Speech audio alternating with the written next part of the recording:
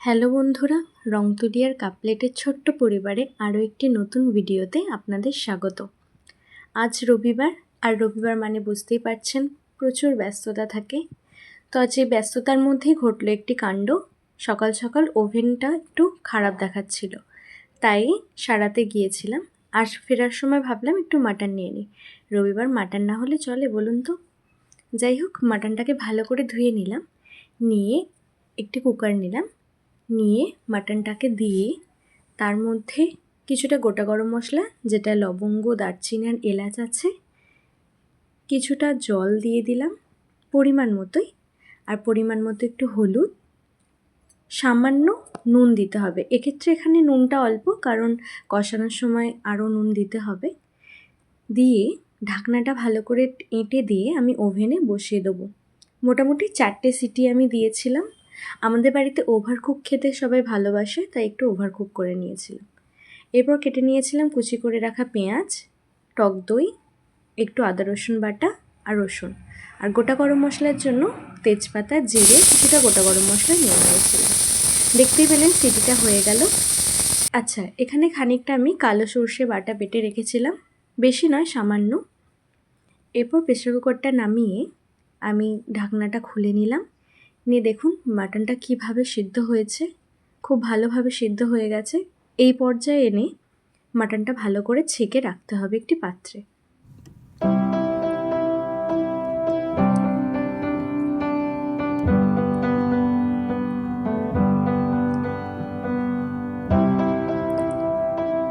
ছেঁকে রাখা হয়ে গেলে এই স্টুটা আমি আর ফেলবো না, কারণ এই স্টু দিয়ে আস্তে আস্তে কষাতে থাকবো, তাই এই স্টুটা আমি আলাদা একটি পাত্রে রেখে দিয়েছিলাম। এরপর কড়াইতে তেল গরম করতে দিয়ে দিলাম, দিয়ে যে গোটা গরম মশলাগুলো দেখিয়েছিলাম সেগুলো দিয়ে দিলাম এর মধ্যে।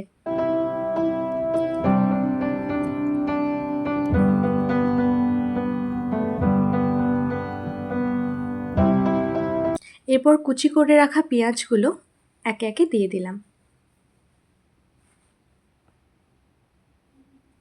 তারপর ভালো করে নাড়তে থাকলাম। এখানে নাড়তে হবে যতক্ষণ না ব্রাউনিশ একটি কালার চলে আসে। তারপর আমি গোটা কয়েক ওই গোটা রসুন দিয়ে দিয়েছিলাম, তারপর আদা রসুন পেস্টটা দিয়ে দিলাম একে একে, দিয়ে ভালো করে ভাজতে লাগলাম। এখানে আদা রসুনটা ভালোভাবে ভাজতে হবে, তা না হলে কাঁচা একটি গন্ধ ছাড়বে। ভাজা হয়ে গেলে আমি এতে সেই কালো সর্ষে বাটাটা দিয়ে দেব। মনে রাখবেন খুব বেশি কষাবেন না এটার পর। তারপরেই হালকা গুঁড়ো লঙ্কা দিয়ে দিন পরিমাণ মতো। আপনারা যেরকম স্বাদ মতো খেতে ভালোবাসেন ঝাল, সেই অনুযায়ী দেবেন। তারপর একটু হলুদ গুঁড়ো দিয়ে দিলাম,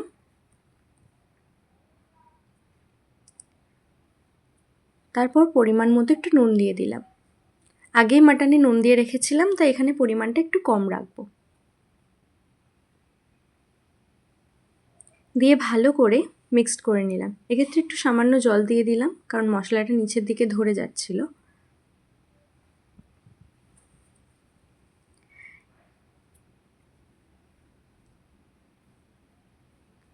তারপরে সামান্য আমি টক দই দিয়ে দিয়েছিলাম।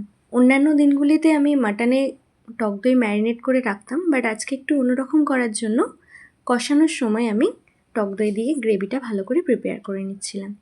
এক্ষেত্রে ওভেনটা একদমই মিডিয়াম ফ্লেমে রেখে ভালোভাবে কষতে হবে যতক্ষণ না চারধার দিয়ে তেল বেরিয়ে আসছে। এরপর আমি সিদ্ধ করে রাখা মাটনগুলো দিয়ে দেব।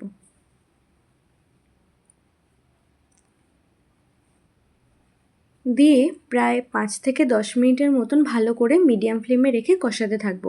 ঢাকনা দিয়ে একবার ঢাকনা খুলে দেখতে হবে তেলটা ভালোভাবে ছাড়ছে কিনা।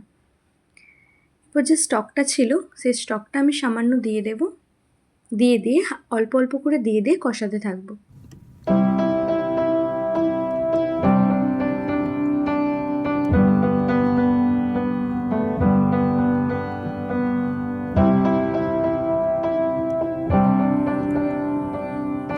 দেখতেই পাচ্ছেন কষানোটা কত সুন্দর হয়েছে। এভাবে কষিয়ে যেতে হবে যতক্ষণ না তেল ছাড়ছে। এরপর একটু একটু করে স্টক দিয়ে আমি নাড়তে থাকলাম। আচ্ছা, এক্ষেত্রে গরম জল ব্যবহার করতে হবে, ঠান্ডা জল কোনো রকম ব্যবহার করতে গেলে হবে না। দিয়ে আমি ঢাকনা চাপা দিয়ে দিলাম। দেখুন তেলটা চারদিক দিয়ে কীরকমভাবে বেরিয়ে গেছে। এরপর পরিমাণ মতো জল দিয়ে সিদ্ধ করতে দিতে হবে। আমি কেটে রাখা আলুটা এখন দিয়েছিলাম, একটু ভুল হয়ে যাওয়ার কারণে। আপনারা আগে একটু তেলে ভেজে নেবেন, তাতে করে স্বাদটা আরও ভালো হবে।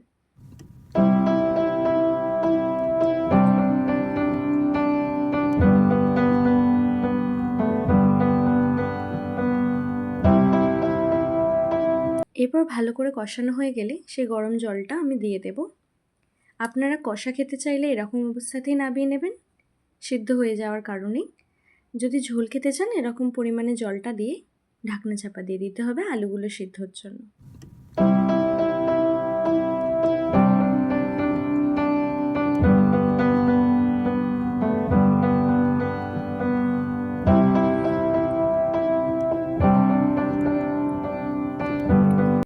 ঢাকনাটা নামিয়ে নিয়ে দেখুন রঙটা কি অপূর্ব সুন্দর এসেছে। খুব সুন্দরভাবে মাংসটা তৈরি হয়ে গিয়েছে।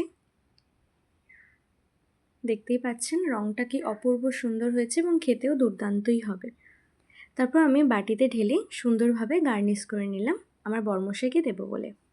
যাই হোক, রেসিপিটা যদি আপনাদের ভালো লেগে থাকে অবশ্যই একটা লাইক আর সাবস্ক্রাইব করে দিও। কমেন্ট করে জানিও এই সানডেতে তোমরা কী কী রান্না করে খেয়েছো। আজকের মতো চললাম, বাই।